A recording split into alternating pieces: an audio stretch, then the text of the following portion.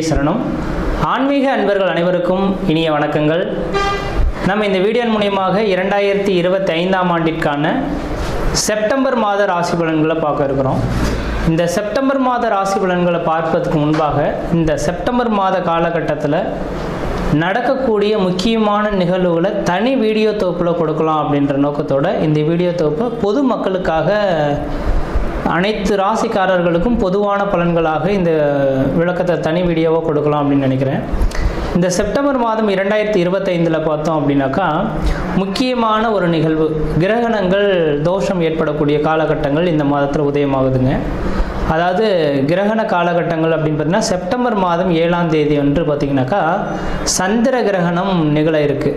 அப்போ ராகுவினால் ஏற்படக்கூடிய இந்த சந்திர கிரகணமானது அன்று இரவு 9:56 மிட் நைட்டில் 1:26 இந்த காலகட்டம் வரலும் சந்திர கிரகணமானது அன்னைக்கு நிகழ இருக்குது.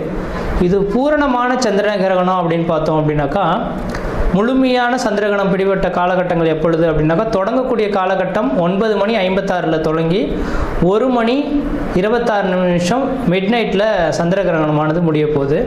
அதில் முழுமையான பவர்ஃபுல்லாக அந்த கிரகணம் ஏற்படக்கூடிய காலகட்டம் எப்படின்னு பார்த்திங்கன்னா இரவு 11 12:23 வரலும் முழுமையான சந்திர கிரகணமாக தெரிய போகுது. இது இந்தியாவில் தெரிய போகுது. இதுக்கு முன்பாகலாம் நடந்த கிரகணங்கள் பார்த்திங்கன்னா போன வருடத்தில் நடந்ததெல்லாம் வெளிநாடுகளில் நடந்ததுனால நமக்கு எதுவும் பாதிப்புகள் இல்லை. ஆனால் இந்த சந்திர கிரகணம் மட்டும் இந்த காலகட்டத்தில் இந்த மாதத்தில் மட்டும் நம்ம இந்தியாவில் தெரியக்கூடிய ஒரு கிரகணமாக இருக்க போகுது. அப்போ இந்தியாவில் நடக்கக்கூடிய இந்த கிரகணமாக இருக்கிறதுனால பொதுமக்கள்கள் கொஞ்சம் கவனமாக இருக்கக்கூடிய ஒரு காலகட்டங்கள் அப்படின்ற சொல்லலாம். எப்போல்லாம் கிரகண தோஷங்கள் ஏற்பட போகுதோ, எந்த இடத்தில் நிகழுதோ, அதாவது எந்த நாடுகளில் நிகழுதோ அந்த நாடுகளுக்கு ஒரு சில பாதிப்புகள் வரும்னு இருக்குதுங்க. அப்போ ராகு பகவான் கும்பத்தில் நின்று கும்பத்தில் இருக்கக்கூடிய ராகுவோட சந்திரன் இருந்து ராகு கிரகஸ்த சந்திர கிரகணமாக இந்த வருடம் செப்டம்பர் மாதம் 7ஆம் தேதி தொடங்க போகுது. இது பொதுமக்களுக்கு ஒரு சில பாதிப்புகளையும் கொடுக்கும், ஒரு சில நட்சத்திரங்களுக்கு யோகங்களும் கொடுக்க போகுது. அதில் முக்கியமாக பார்த்திங்கன்னா கர்ப்பிணி பெண்கள் இந்த நேர காலகட்டத்தில் கண்டிப்பாக வீட்டை விட்டு வெளியே வராமல் இருக்கிறது நல்லாயிருக்கும். சந்திர கிரகணம் இரவு நேரத்தில் நடைபெறதுனால பெரிய லெவலில் பாதிப்புகள் இருக்காது மக்களுக்கு. ஏன்னா அந்த நேரத்தில் மக்கள் அனைவருமே வீட்டு உள்ளதாக இருக்கும். முக்கியமாக இந்த நேரத்தில் கர்ப்பிணி பெண்கள் மிக மிக மிக கவனமாக இருக்கக்கூடிய காலகட்டங்கள். இந்த கிரகண தோஷங்களில் கொஞ்சம் வெளியில் வந்து சுற்றி உலாவணும், அந்த கிரகணத்தை பார்க்கணும் அப்படின்ற மாதிரி கர்ப்பிணி பெண்கள் மட்டும் நினைக்கிறாங்க அப்படின்னாக்கா அதோட கதிர்வீச்சு அதிகமாக இருக்கிறதுனால பிறக்கக்கூடிய குழந்தைகளுக்கு ஒரு சில பாதிப்புகளை கொடுக்கலாம். அதனால் அந்த கர்ப்பிணி பெண்களுக்காகவே இந்த வீடியோ கொடுக்கணுன்ற நோக்கத்தோடு நான் இந்த வீடியோவை தொகுப்பை கொடுக்குறேன். அப்போ அந்த கர்ப்பிணி பெண்கள் தெளிவாக சொல்ல விரும்புகிறேங்க, அன்று பகல் அந்த கிரகண தோஷங்கள் ஏற்படுவதற்கு முன்பாக, அதாவது 10 மணிக்கு 9:56 தொடங்க இருக்குது, 10 மணிக்கு தொடங்குறதாவே எடுத்துங்களேன்.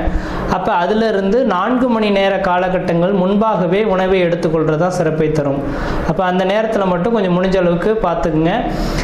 தண்ணி வந்து அருந்தலாம். அந்த தண்ணியில் தர்பை புல் போட்டுட்டு நீங்கள் வச்சுக்கிறது நல்லாயிருக்கும். அதாவது சொல்லப்போனால் அன்று சாயந்தரம் சூரியன் அஸ்தமனம் ஆகிறதுக்கு முன்பாகவே அந்த கர்ப்பிணி பெண்கள் மற்ற எல்லாருமே உணவை வந்து அடைந்திடுறது சிறப்பாக இருக்கும். அதுக்கு 6 மணிக்கு பிறகு பார்த்தீங்க அப்படின்னாக்கா உணவு சாப்பிடக்கூடாது. அப்போ சாப்பிட்டோம் அப்படின்னாக்கா செரிமான பிரச்சனைகள் ஏற்படலாம். இது சந்திரனால் ஏற்படுறதுனால உணவு சம்மந்தப்பட்ட உணவினால தான் பாதிப்புகள் அதிகமாக வரதுக்கு வாய்ப்புகள் இருக்குது. அதனால் 6 மணிக்கு பிறகு எந்த ஒரு உணவுப் பொருட்களும் நீங்கள் எடுத்துக்கொள்ளக்கூடாது. அடுத்து தண்ணீர் மட்டும் வேணால் தாகம் இருந்தால் அதை தர்பை புல்லை மட்டும் போட்டு வச்சுட்டு அந்த தண்ணியை மட்டும் பயன்படுத்திக்கலாம் அப்போது தேவை இருந்தால் மட்டும். இல்லையே அந்த அன்றைய நைட்டு முழுவதும் கொஞ்சம் முடிஞ்ச அளவுக்கு எல்லா உணவுப் பொருட்களையும் தவிர்த்து கொள்வது சிறப்பை தருன்றவிதிங்க. வெளியில் வந்து சுற்றி உலாவறதை கொஞ்சம் குறைச்சி கொள்வது சிறப்பை தரும். அனைத்து மக்கள்களுமே தெளிவாக சொல்ல வரங்க, எல்லாருமே இப்போ வந்து நவீன காலங்கள் வந்துருச்சு இல்லைங்களா. இப்போ சந்திர கிரகணத்தை பார்க்கணும் அப்படின்ற நோக்கத்தோட மக்கள் பார்த்தோம் அப்படின்னாக்கா அந்த வீடியோ தொகுப்புலாம் கொடுத்துருப்பாங்க, சென்னையெல்லாம் ஏற்பாடு செய்திருப்பாங்க, பார்க்க இருப்பாங்க. அது முடிஞ்ச ஓரளவுக்கு பார்த்தீங்க அப்படின்னாக்கா நான் குறிப்பிட்ட நட்சத்திரக்காரங்கள் மட்டும் அந்த மாதிரியான தொகுப்புகளுக்கு போகாமல் இருக்கிறதா விசேஷத்தை கொடுக்கும். அதாவது கும்ப வீட்டில் நடக்க இருக்குது. இந்த கும்ப வீட்டில் இருக்கக்கூடிய சதயம், பூரட்டாதி, உத்திரட்டாதி, சதயம், பூரட்டாதி, உத்திரட்டாதி இந்த 3 நட்சத்திரக்காரர்களும், புனர்பூசம், விஷாகம், மொத்தம் இந்த 5 நட்சத்திரக்காரர்களும் கம்பல்சரி வெளியில் வராமல் இருந்துக்குங்க. கர்ப்பிணி பெண்கள் எப்படி இருக்கணுமோ அதே போல் சதயம், பூரட்டாதி, உத்திரட்டாதி, புனர்பூசம், விஷாகம் இந்த 5 நட்சத்திரக்காரர்களும் கர்ப்பிணி பெண்களும் அந்த நேர காலகட்டத்தில் வெளியில் வராமல் இருக்கிறது தான் சிறப்பை தரும். அவர்களுக்கு முழுமையான இந்த ஏன்னா அதோட அவங்களோட 1-5-9 அதோட கனெக்டிவிட்டியில் தான் இந்த ராகு கிரகஸ்த சந்திர கிரகணமானது தொடங்க இருக்குது. அதனால் இந்த நபர்களுக்கு மட்டும் பாதிப்புகள் அதிகமாக இருக்கும். இவர்கள் வெளியில் வராமல் இருக்கிறது விசேஷத்தை கொடுக்கும். மற்ற நபர்கள் வெளியில் போகலாம். அதே போல் வயது மூத்தவர்கள் 60 வயதுக்கு மேற்பட்ட நபர்களும் வெளியில் வராமல் இருக்கிறது விசேஷத்தை கொடுக்குன்றீங்க. இது அப்போ அந்த நேர காலகட்டத்தில் அந்த கிரக காரகத்துவம் பெரிய லெவலில் பாதிப்பை தராத மாதிரி உங்களுக்கு தெரியலாம். அந்த கிரகண தோஷங்கள் ஏற்பட்டு அடுத்த 40 நாட்களுக்கு பிறகு தான் அதோட பாதிப்புகள் கொஞ்சம் அதிகரிக்கிறத பார்க்க முடியும். இப்போ உடல் ரீதியான தொந்தரவுகளை ஏற்படுத்தலாம். உணவு குழாய் சம்பந்தப்பட்ட பிரச்சனைகள் இந்த நபர்களுக்கு வரலாம். அதனால் கொஞ்சம் கவனமாக இருங்க. இந்த நான் சொன்ன இந்த 5 நட்சத்திரக்காரர்களும் மறுநாள் பார்த்தீங்க அப்படின்னாக்கா காலையில் எழுந்து பச்சை தண்ணியில் குளிச்சுட்டு விநாயகர் கோயிலுக்கு போயிட்டு அர்ச்சனை பண்ணிட்டு வர்றது விசேஷத்தை கொடுக்குங்க. ஏன்னா ராகு கேதுவின் கண்ட்ரோலை பண்ணக்கூடிய சக்தி விநாயகர் பெருமானுக்கு மட்டுமே உண்டு. அப்போ மறுநாள் செப்டம்பர் 7ஆம் தேதி நைட்டு இந்த கிரகணம் தொடங்க இருக்குது. செப்டம்பர் 8ஆம் தேதி அன்று பார்த்தீங்க அப்படின்னாக்கா விநாயகர் கோயிலுக்கு போயிட்டு குளிச்சுட்டு நல்லெண்ணெய் தீபம் போட்டு வழிபாடு செய்துட்டு வந்தீங்க. இந்த 5 நட்சத்திரக்காரர்கள் வழிபாடு செய்துட்டு வந்தால் இதனால் தோஷங்களை கண்ட்ரோல் பண்ணக்கூடிய சக்தி விநாயகருக்கு உண்டு. ஏன்னா ராகு கேதுவின் 2 கிரகத்தையுமே அடக்கக்கூடிய சக்தி இந்த விநாயகருக்கு இருக்கிறனால அவரோட சொல்லுக்கு கட்டுப்படுறதுனால இந்த 5 நட்சத்திரக்காரர்களும் வழிபாடு செய்து கொள்வது மிகப்பெரிய விசேஷத்தை கொடுக்குன்றவிதிங்க. அதே வேளையில் மற்ற ராசிக்காரர்கள் பெரிய லெவலில் பாதிப்புகளை எதுவும் தடாதுன்றவிதிங்க. அது இந்த கிரகணம் தொடங்கிடுச்சு அப்படின்னாவே அடுத்த அந்த இப்போ ஒவ்வொரு கிரகணமும் பார்த்தீங்கன்னாக்கா லாஸ்ட் இயர்லாம் 2-3 கிரகணங்கள் தொடங்கினது. ஆனால் இந்தியாவில் தெரியலை, அதனால் நமக்கு பாதிப்பு இல்லை. அப்போ எந்த நாடுகளில் கிரகணம் ஏற்படுதோ அந்த நாடுகள் கிரகணம் தொடங்கி அடுத்த கிரகண தோஷங்கள் உண்டாகக்கூடிய காலகட்டம் வரலும் ஒரு சில பாதிப்புகளை கொடுக்கும். அப்போ ராகுவினால் இந்த நேரத்தில் தொடங்குறதுனால கடல் சீற்றங்கள், ஏன்னா சந்திரனோட அமைப்பில் இருக்கனால நீர் சம்பந்தப்பட்ட விஷயம் கடல் சீற்றங்கள் ஏற்படலாம். அதாவது கடல் அலைகள், பூகம்பங்கள் ஏற்படக்கூடிய விஷயங்கள். அதே போல் பார்த்தீங்கன்னாக்கா அந்த நெருப்பினால் பாதிப்பு, விமான விபத்துக்கள், இது மாதிரியான ஒரு சில பாதிப்புகள் ஏற்படுத்துறதுக்கான வாய்ப்புகள் உண்டு.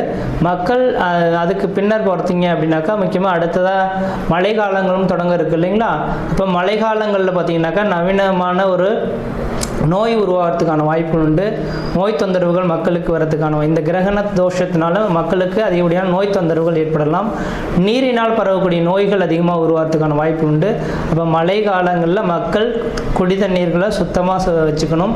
மழை அதாவது வெள்ளப்பெருக்கு அதிகமாக ஏற்படக்கூடிய இருக்கக்கூடிய இடங்களாக இருந்தால் தன்னோட வீட்டை கொஞ்சம் கவனமாக வச்சுக்கிறது, தண்ணி புகாத அளவில் இந்த வடிகால் வசதிகள்லாம் ஏற்படுத்தி கொடுறது விஷயத்தை கொடுக்கும். நான் இது சொல்லும் போது தேவையில்லாத விஷயம் இதெல்லாம் எதுக்கு அப்படின்னு நினைப்பீங்க. இதை அனுபவிக்கும் போது தான் அதோட பாதிப்புகள் தெரியும். அதனால் இந்த கிரகண தோஷங்கள் இருக்கிறதுனால பாதிப்புகள் இருக்கின்ற நம்பிக்கை வரக்கூடிய நபர்களாக இருந்தால் மட்டும் தயவுசெய்து சொல்ல வரங்க. அடுத்து கரெக்டாக இப்போ செப்டம்பர் 7ஆம் தேதி இந்த கிரகண தோஷம் ஏற்படுது. அதுலேருந்து 40 நாட்கள் அப்படின்னாவே அடுத்து கரெக்டாக மழை காலங்கள் தொடங்கக்கூடிய காலகட்டமாக இருக்கும். கண்டிப்பாக இந்த வருடத்தில் முக்கியமாக நவம்பர் டிசம்பர் காலகட்டத்தில் அதிகப்படியான மழைப்பொழிவுகளும் சீற்றங்களும் அதிகரிக்கிறதுக்கான வாய்ப்புகள் இருக்குது. மக்கள் கவனமாக இருக்குங்க. அதுக்காக தான் இந்த வீடியோ தொகுப்பு கொடுத்துருக்கேன். மற்ற விதத்தில் எந்த தோஷங்கள் பாதிப்பு கிடையாது. தெளிவாக சொல்லக்கூடிய கருத்துக்கள் கர்ப்பிணி பெண்களும் சதயம், பூரட்டாதி, உத்திரட்டாதி, புனர்பூசம், விசாகம் இந்த 5 நட்சத்திரக்காரர்களும் கிரகண தோஷத்தன்று கொஞ்சம் வீட்டை விட்டு வெளியே வராமல் இருங்க. இரவு பார்த்திங்கன்னா 9:56 தொடங்கி நள்ளிரவு 1:26 முடிய இருக்குது. அது முழுமையான சந்திரகிரகணம் அடையக்கூடிய காலகட்டம் 11 மணியிலிருந்து 12:23 வரலும் இருக்குது. இந்த நேர காலங்களில் வெளியில் வராமல் இருங்க. உணவுப் பொருட்கள் எந்த ஒரு உணவுப் பொருட்களும் எடுத்துக்கொள்ள வேண்டாம். மறுநாள் காலையில் குளிச்சுட்டு விநாயகர் கோயிலுக்கு போயிட்டு விளக்கு போட்டிருந்தாவே இந்த தோஷங்கள் ஓரளவுக்கு கட்டுக்குள் வரும்ன்ற விதிங்க. மற்ற விதத்தில் யாருக்கும் எல்லோரும் தோஷம் கிடையாது. நம்ம இந்த வீடியோ மூலியமாக 2025ஆம் ஆண்டிற்கான செப்டம்பர் மாத ராசி பலன்களை பார்க்க இருக்கிறோம். குறிப்பாக இந்த வீடியோவானது பார்த்தோம் அப்படின்னாக்கா விருச்சிக ராசி அன்பர்களுக்கான வீடியோ. இந்த விருச்சிக ராசி அன்பர்களுக்கு இந்த செப்டம்பர் மாத கிரகங்களை ஆராயும்போது விருச்சிக ராசியின் குணாதிசயங்களே என்ன அப்படின்னாக்கா, மற்றவர்களுக்கு உதவி பண்ணக்கூடிய ஒரு ராசிக்காரர்கள். அதாவது யாருக்காவது ஒரு சின்ன உதவினாலும் முன்னின்று போய் செய்து நிற்பீங்க. ஆனால் அந்த உதவி செய்ததுக்கு பின்னர் பார்த்தீங்கன்னாக்கா அந்த உதவியை பெற்ற நபர்கள் யாரும் இந்த விருச்சிக ராசி அன்பர்களை அந்த அளவுக்கு மனமுருகி எடுத்துக்கொள்ள மாட்டாங்க. ஏதோ ஒரு உதவி செஞ்சுட்டாங்க, நான் அதுக்கு ஒரு உதவி செஞ்சு போட்டேன், அது சரியாக போயிடுச்சு அப்படின்ற மாதிரி நினைப்பாங்க. இதை நினைக்கும் போது இந்த விருச்சிக ராசி அன்பர்களுக்கு மனமானது குமுறல் ஆரம்பிக்கும். செய்யாமல் செய்த உதவிக்கு இந்த வையகம் வானகம் ஆற்றல் எது அப்படின்றத திருவள்ளுவர் சொல்லிட்டு போயிருக்கார். எதிர்பாராமல் ஒரு மனிதனுக்கு உதவி செய்கிறான் அப்படின்னாக்கா அந்த கடவுளே செய்த உதவி அப்படின்றதுங்க. அந்த உதவிக்கு மாற்று கருத்து எதுவுமே கிடையாது. ஆனால் இந்த விருச்சிக ராசி அன்பர்கள் எப்பொழுதுமே பார்த்தோம் அப்படின்னாக்கா ஒரு மனிதன் யாருன்னு தெரியாத மனிதர்களுக்கு யோசிக்காமல் போய் ஒரு உதவி செய்வாங்க. ஆனால் அந்த நபர்கள் வாழ்க்கையில் ஒரு அங்கமாக வந்த பிறகு அந்த நபர்களே இவங்களை பகைத்து கொள்ளக்கூடிய காலகட்டம் உருவாகும். அப்படி பகைத்து கொள்ளும் போது இவங்க செய்த உதவியை நினச்சி நான் இப்படி செய்தேனே அப்படி செய்தேனே மன அழுத்தத்துக்கு உள்ளாகக்கூடிய நபர்களாக இருப்பாங்க. இந்த கலியுகத்துக்கு உங்களோட கர்மகாரகனோட அமைப்புகள் இதுதான் விதிப்பயன். இது யாரும் மாற்றி அமைக்க முடியாது. அதை நீங்கள் உணர்ந்து கொள்ளுங்க. அதாவது நான் எதுக்காக சொல்ல வரேன்னாக்கா, இந்த விருச்சிக ராசியில் பிறந்த நபர்கள் எல்லாமே மற்றவர்களுக்காக வாழக்கூடியவங்க. அவங்க எப்பொழுதுமே ஒரு வாழ்க்கையில் ஒரு அங்கம் அப்படின்ற மாதிரி போயிடுவாங்களே தவிர அது உணர்ந்து பார்ப்பாங்கன்னு மட்டும் நீங்கள் எடுத்துக்கொள்ள வேண்டாம். அதுக்கு தன் கணவனாக இருந்தாலும் சரி, மனைவியாக இருந்தாலும் சரி, சொந்த பந்தங்களாக இருந்தாலும் சரி, தாய் தந்தையர்களாக இருந்தாலும் சரி, இதுதான் விதிங்க. ஆனால் உங்களோட உதவி மாதிரி ஒன்றும் கிடையாது. இதுக்கு ஆண்டவன் நீங்கள் செய்யக்கூடிய உதவிகளுக்கு வரும் காலகட்டத்தில் நல்ல ஒரு வாய்ப்புகளை ஏற்படுத்தி கொடுப்பார்னு மட்டும் எடுத்துக்கொள்ளுங்க. ஆனால் இந்த மாத காலகட்டத்தில் உங்களுக்கோட அமைப்பில் பார்க்கும்போது செப்டம்பர் மாதத்தில் உங்கள் ராசிநாதன் 11ஆம் இடத்துல இருக்கிறார். இது எதுக்காக நான் இந்த விதிகளை சொல்ல விரும்புகிறேன்னாக்கா, இதுக்கு முன்பாக கடந்த 3 மாத காலகட்டங்கள் இந்த விருச்சிக ராசி என்பவர்களுக்கு அந்த அளவுக்கு வளர்ச்சிக்கான ஒரு அமைப்புகள் இல்லை. எது செய்தாலும் தடை, தாமதங்கள், வம்பு வழக்குகள், சட்ட சிக்கல்கள், மன நிம்மதி குறையிறது, பொருளாதார நெருக்கடிகள், கடன் சூழக்கூடிய அமைப்புகள், சொந்த பந்தத்தினால பிரச்சனைகள் அப்படின்ற மாதிரி பல்வேறுபட்ட மன அழுத்தத்தில் உருவாகக்கூடிய நபர்களாக இந்த விருச்சிக ராசி அன்பர்கள் இருந்துட்டு இருப்பீங்க. காரணம் செவ்வாயோட கேது சம்பந்தப்பட்டதுனால இந்த பிரச்சனைகள் உருவானது. அந்த பிரச்சனைகள் முடிஞ்சு போச்சுங்க. 11ஆம் இடத்துக்கு இன்னைக்கு செவ்வாய் பகவான் உட்காந்துட்டார், கன்னி வீட்டில் உட்காந்துட்டார். அப்போ தன் ராசிக்கு 11ஆம் இடத்தில் லாபஸ்தானத்தில் செவ்வாய் பகவான் இருக்கக்கூடிய காலகட்டத்தில் லாபங்கள் அதிகரிக்கக்கூடிய ஒரு காலகட்டமாக உருவாகும். அதனால பழைய பிரச்சனைகளை இன்னமும் உங்களுக்கு போட்டு மனதில் குழப்பிக்கொள்ள வேண்டாம். இந்த மாத காலகட்டத்திலிருந்து உங்களோட வாழ்க்கையில் ஒரு அடுத்த லெவலுக்கு உயரக்கூடிய காலகட்டம் உருவாக போது, என்னைக்கோ யாருக்கோ ஒரு சில உதவிகள் செய்திருப்பீங்க, அதுக்கு இந்த நேர காலங்கள் வட்டியும் முதலுமா உங்களுக்கு கிடைக்கக்கூடிய காலகட்டம் உருவாகும்.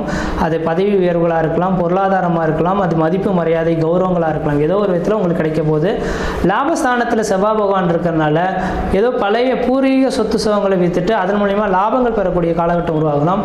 பூர்வீக சொத்து சுகங்கள் ஏதாவது கோர்ட்டு கேஸ் வழக்குகள் இருந்தால் அது சாதகமான சூழல்கள் ஏற்பட்டு உங்களோட பக்கம் அது அந்த கோர்ட்டு கேஸ் வழக்குகள் சாதகமாக ஏற்படுறதுக்கான வாய்ப்புகள் இந்த மாதத்தில் உதயமாக போகுது. அதே போல் பார்த்தோம் அப்படின்னாக்கா, உங்களுக்கு வெகு நாட்களாக ஒரு பதவி உயர்வுக்காக காத்துட்ருக்கீங்க, ஏதோ காரணத்தினால தள்ளி வச்சுட்ருக்காங்கன்னா இந்த மாத காலங்களில் உங்களுக்கு பதவி உயர்வுகள் கிடைக்கிறதுக்கான ஒரு காலகட்டமாக இந்த மாதம் உதயமாக போகுது. இந்த குரு பகவான் 12ஆம் இடத்தை பார்க்க இருக்கிறனால வெளிநாடு வெளி மாநிலம் சென்று வசிக்கணும்னு ஆசைப்பட்டால் இந்த நேரத்தில் முயற்சி எடுத்து வெளிநாடு போங்க. கண்டிப்பாக இந்த விருச்சிக ராசிக்காரர்களுக்கு வெளிநாட்டு வாழ்க்கை அப்படியே தாம்பாளத்தில் வச்சு தாங்கி கொள்கிற மாதிரி நீங்கள் எப்போ வருவீங்க அப்படின்ற மாதிரி வெளிநாட்டு வாழ் மக்களும் சரி, வெளிநாட்டு உத்தியோகமும் சரிங்க உங்களை காத்தரலும் அப்படின்றீங்க. இப்போ விருச்சிக ராசிக்கு இந்த மாத காலகட்டம் அதிர்ஷ்டம் நிறைந்த காலகட்டமாக இருக்குது. அடுத்து 8ஆம் இடத்துலேருந்து குரு பகவான் 2ஆம் இடத்தை பார்க்க இருக்கனால சுப விரயங்கள் ஏற்படுறதுக்கான ஒரு காலகட்டமாக இந்த மாதம் உதயமாகுதுங்க. அவர் நேரடி 1-9 நடந்தால் பண பிரச்சனைகளுக்கு தீர்வு எதுவும் இல்லாமல் இருக்கும். 8ஆம் இடத்துல இருக்கு பார்க்கறனால சுப விரயங்களாக உருவாகிறதுக்கான வாய்ப்பு உண்டு. சுப விரயம் வந்தோன்னா வீட்டில் ஏதாவது சுப நிகழ்ச்சி செய்யணும்னா நீங்கள் அதை ஏற்படுத்தி கொள்கிறது தான் ஓரளவுக்கு ஒரு நல்ல பலன்களை ஏற்படுத்தி தருன்றீங்க. அடுத்தது 4ஆம் இடத்தை சுகஸ்தானத்தை பார்க்க இருக்கனால உங்களோட தாயாரின் உடல்நிலையில் ஏதாவது பிரச்சனைகள் இருந்தால் அந்த பிரச்சனைகளுக்கு ஒரு முற்றுப்புள்ளி வைக்கக்கூடிய ஒரு காலகட்டம் உருவாகும். தாய்க்கும் உங்களுக்கு ஒரு இணக்கமான சூழல்கள் ஏற்படுறதுக்கான வாய்ப்பு உண்டு. பழமையான வீடுகளை இடிச்சுட்டு புதுமையான வீடுகளை கட்டக்கூடிய ஒரு மாதமாகவும் இந்த மாதம் உதயமாகுதுங்க. ஒருவேளை ஏதாவது வீடு மனை வாசல் வாங்கணும் கட்டணும்னு நினைக்கிறேன்னா இந்த நேரத்தில் செய்ய தொடங்க ஓரளவுக்கு நல்லாயிருக்கும். பழமையான வண்டி வாகனங்களை விட்டுட்டு புதுமையான வண்டி வாகனங்கள் வாங்கக்கூடிய ஒரு காலகட்டமாகவும் இந்த விருச்சிக ராசி அன்பர்களுக்கு உதயமாக போகுது. போகுதுன்றீங்க. அப்போ இந்த மாத காலகட்டத்தில் நீங்கள் எது செய்தாலும் அது அனைத்துமே உங்களுக்கு சாதகமான சூழல்கள் உருவாக போது. கடந்த 3 மாதத்தை நினைத்து நீங்கள் வருத்தப்பட வேண்டாம். நீங்கள் எது செய்தாலும் தொட்டதெல்லாம் தொடங்கக்கூடிய காலகட்டங்கள், நினைச்செல்லாம் சாதனை பண்ணக்கூடிய காலகட்டங்கள். குடும்பத்தில் ஏதோ சுப நிகழ்வுகள், குடும்பஸ்தானத்தை குரு பகவான் பார்க்க இருக்கிறனால குடும்பத்தில் ஏதோ சுப நிகழ்வுகள் செய்ய போகிறீங்க. எந்த அளவுக்கு முயற்சிகள் எடுக்கிறீங்களோ அந்த அளவுக்கு இந்த இனிமேலுக்கு வரக்கூடிய காலகட்டங்கள் பட்டமரம் தொழில் மாதிரி படிப்படியாக வளர்ச்சிக்கான காலகட்டம் உதயமாக போகுது.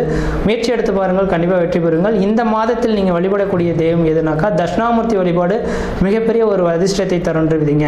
மற்ற விதத்தில் உங்களுக்கு எந்த விதத்தையும் தோஷங்கள் பாதிப்படியாக சீரும் சிறப்புமாக இருப்பீங்க, நலமாக இருப்பீங்க. நன்றி, வணக்கம்.